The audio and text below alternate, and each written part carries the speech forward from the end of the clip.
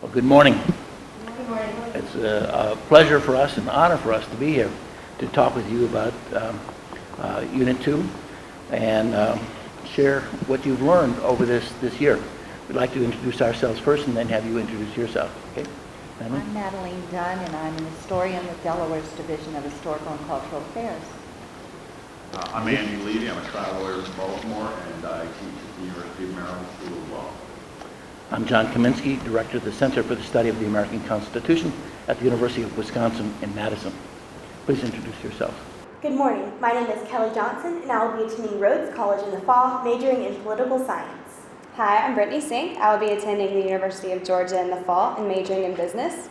I'm Rachel Connery. I plan to attend Vanderbilt University, where I'll double major in secondary education and history. These are our teachers, Mrs. Amy Maddox and Mrs. Jane Schaefer.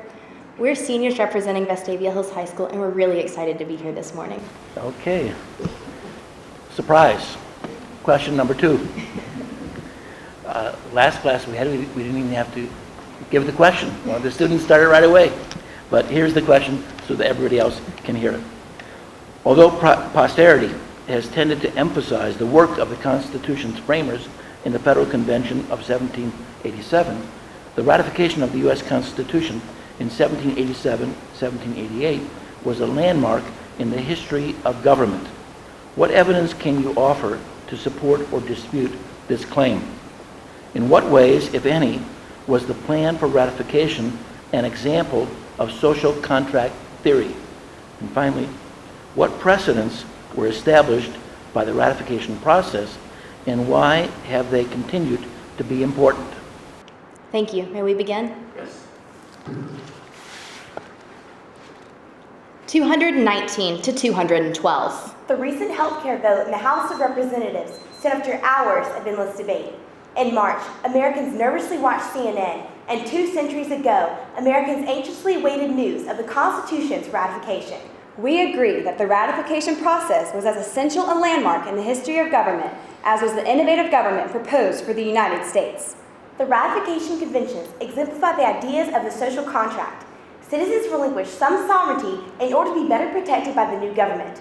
The social contract requires the legitimate authority be derived from the consent of the governed, and the citizenry of the states provided that consent. James Madison asserted that the people must approve the proposed Constitution, stating, "The difference between a system founded on the legislatures only and one founded on the people is the true difference between a league or treaty and a constitution."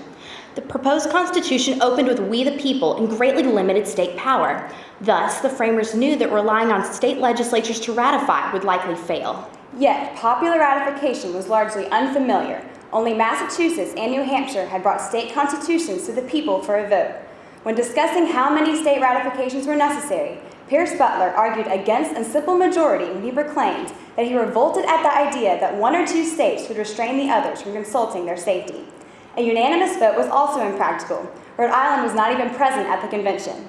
If a supermajority of 9 states ratified, as stipulated by Article 7, it would be an incentive for the other states to follow. Following the unanimous votes of Delaware, New Jersey, Georgia, and the easy votes of 5 other states, New Hampshire became the 9th state to ratify on June 21st of 1788. However, the decisions of Virginia and New York were still crucial to this experiment. The fierce debates between Federalists and Anti-Federalists were most prominent in these states. In Virginia, Edmund Randolph, who had refused to sign the Constitution, suddenly changed his mind. He urgently argued that Virginia needed to ratify in order to avoid military and commercial risks. Ultimately, Virginia ratified by a vote of 89 to 79. The struggle in New York was more difficult. Hamilton, Madison, and Jay wrote the Federalist Papers to counter Anti-Federalists Brutus and Cato. Melancton Smith, one of New York's Anti-Federalist leaders, finally said, "Better to work within the system than outside the system." He voted to ratify, and many agreed, resulting in a vote of 30 to 27. Ratification of the Constitution established countless precedents. First, the expansion of democracy was rooted in the elimination of property qualifications. Several states waived standard voting restrictions to allow a broader class of citizens to vote for ratification convention delegates. Pennsylvania expanded the electorate by as much as 50%. These restrictions were not implemented again, and democracy continued to expand. Second, the new federal system redefined the old state-centered approach. Many governors called for rewrites of state constitutions, with Pennsylvania having the most dramatic transformation. 7 more states adopted new constitutions after 1788, and these new state governments greatly resembled the federal constitution.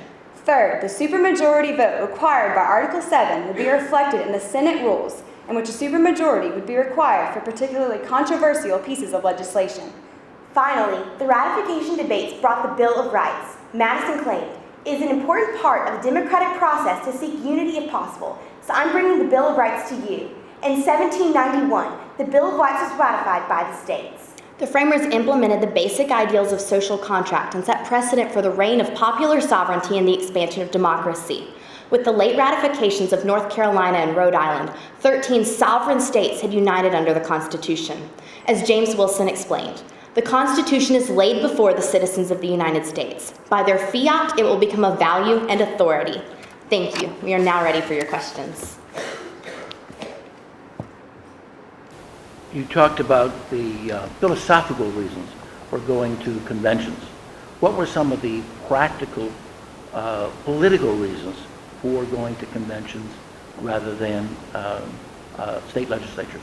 Well, the framers understood that if they went to the state legislatures, powerful figures such as George Clinton in New York would automatically oppose this new constitution that greatly limited state power. And so they wanted to try, because James Madison said in Federalist 39 that a true Republican government is one which derives all of its power either directly or indirectly from the great body of the people. So you understood here that if the people did not legitimize this new government, then the Constitution would ultimately fail. When we look to the Articles of Confederation in which the 13 states had consented to enter into this agreement, it was a strong league of friendship. It functioned much as a treaty between 13 sovereign states. Without the consent of the people, it wouldn't do any more than that. You had 13 sovereign state governments. It took a popular ratification to give legitimacy to a constitution for the people rather than a treaty between 13 states.